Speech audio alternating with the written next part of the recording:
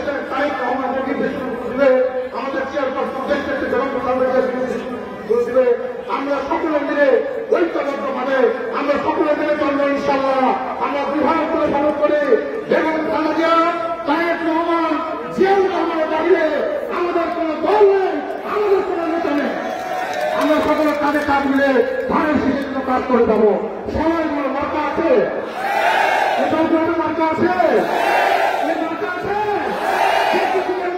আছে, মার্কা আছে,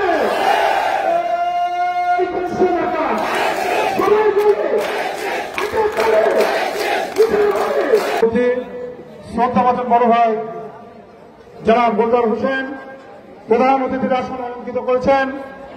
আমাদের কেন্দ্রীয় বিএনপির সাবেক যুগ্ম মহাসচিব, সাবেক সংসদ সদস্য, উত্তর জনপদের কৃতি সন্তান, দেশনেত্রী বেগম খালেদা জিয়ার সম্মানিত উপদেষ্টা কাউন্সিলের অন্যতম সদস্য জনাব হারুনুর রশিদ, শ্রমিক দল, মহিলা দল, তাঁতি দল, জাসাদ, জিয়ামত, জিয়া পরিষদ সহ সকল তৃণমূলের নেতৃবৃন্দ, আপনাদের সকলকে আমি সেলুট জানিয়ে আমি আমার কথা শুরু করছি।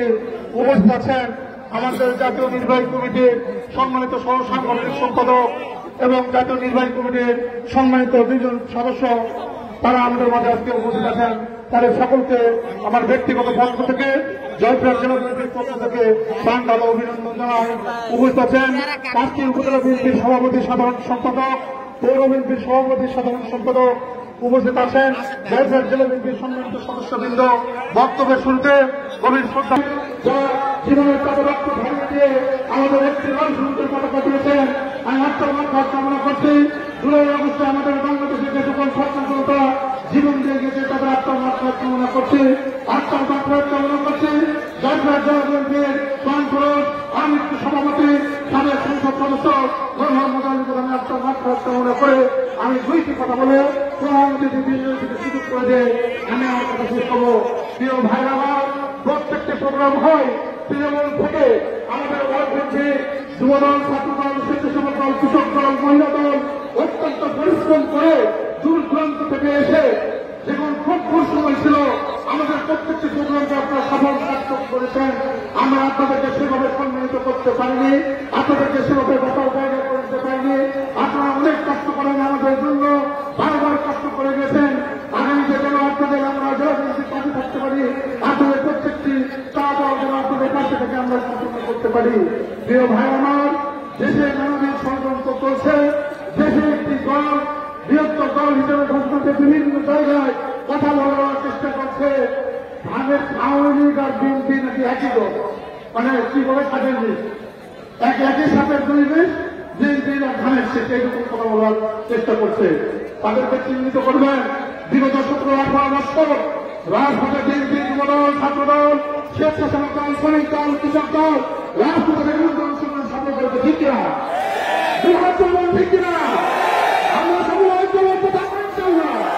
আমরা কাজে কাজ মিলিয়ে আমাদের জাতীয় নেতা আজকে যে বক্তব্য দেবে, আমরা সকল ঐক্যবদ্ধভাবে থাকবো। আমরা কারো পাতানো ভাবে পা দিব না, আমরা কারো পাতানো ভাবে পা দিব না। 17 বছর কষ্ট করেছে, আরো 1 বছর 2 বছর কষ্ট যদি করা লাগে, আমরা করবো, কোনো সমস্যা আছে? আমরা সকল ঐক্যবদ্ধভাবে জিয়াউর রহমানের লাল সবচেয়ে যে পতাকা দিয়েছে, আমাদের দেশের তারিখ রহমানের নির্দেশন দিলে, আমাদের চেয়ারপারসন দেশের বেগম খালেদা জিয়া দিলে, আমরা সকলে মিলে ঐক্যবদ্ধভাবে আমরা সকলে মিলে চলবো ইনশাআল্লাহ। আমরা বিভাগ করে পালন করে বেগম খালেদা জিয়া, তারেক রহমান, জিয়াউর রহমানের দাঁড়িয়ে আমাদের কোনো দল নেই, আমাদের কোনো নেতা নেই।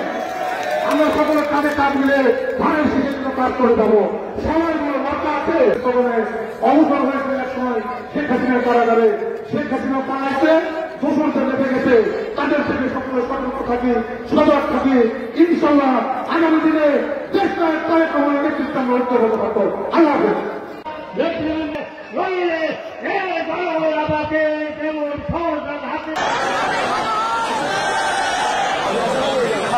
এই বর্তমান প্রধান উপদেষ্টার কাছে আহ্বান, আজকে যে উদ্দেশ্য নিয়ে আমরা এখানে জমায়েত করছি, সরকার আজকে তালগোল পাকিয়ে ফেলেছে। সরকার আজকে বেসামাল হয়ে গেছে। সরকার 5ই আগস্টের পর 3 দিন সরকার ছিল না।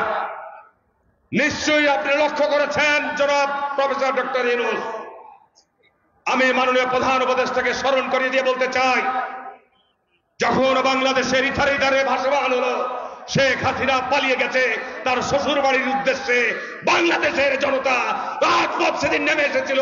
শেখ মুজিবের ভাস্কর্য, শেখ মুজিবের মূর্তি, শেখ হাসিনার ভাস্কর্য, শেখ হাসিনার মূর্তি মুহূর্তের মধ্যে বাংলাদেশের মানুষ গড়িয়ে দিয়েছে। শেখ হাসিনার নামে, তার পিতার নামে, তার ভাইয়ের নামে, তার বোনের নামে, তার মায়ের নামে যত প্রতিষ্ঠান ছিল সবকে চুরমার করে দিয়েছিল, তাদের নেম ফলকগুলিকে। ঠিক না? ঠিক বলছি ভাইরা? কেন? একটি কারণ, যে শেখ হাসিনা বাংলাদেশের মানুষের উপর অন্যায় এবং জুলুম করেছে। মাননীয় প্রধান উপদেষ্টা, আপনি 8 তারিখের পরে সরকার গঠন করেছেন, আমরা আপনাদের সহযোগিতা দিচ্ছি। আপনার প্রধান দায়িত্ব এবং কর্তব্যই হচ্ছে কিসের সংস্কার? শেখ হাসিনা পালিয়ে যাওয়ার মধ্য দিয়ে বাংলাদেশের 70-80% সংস্কার হয়ে গেছে। প্রতিবাদে আজকের জনসভা, আমাদের আইন শৃঙ্খলা অবনতির প্রতিবাদে আজকের জনসভা।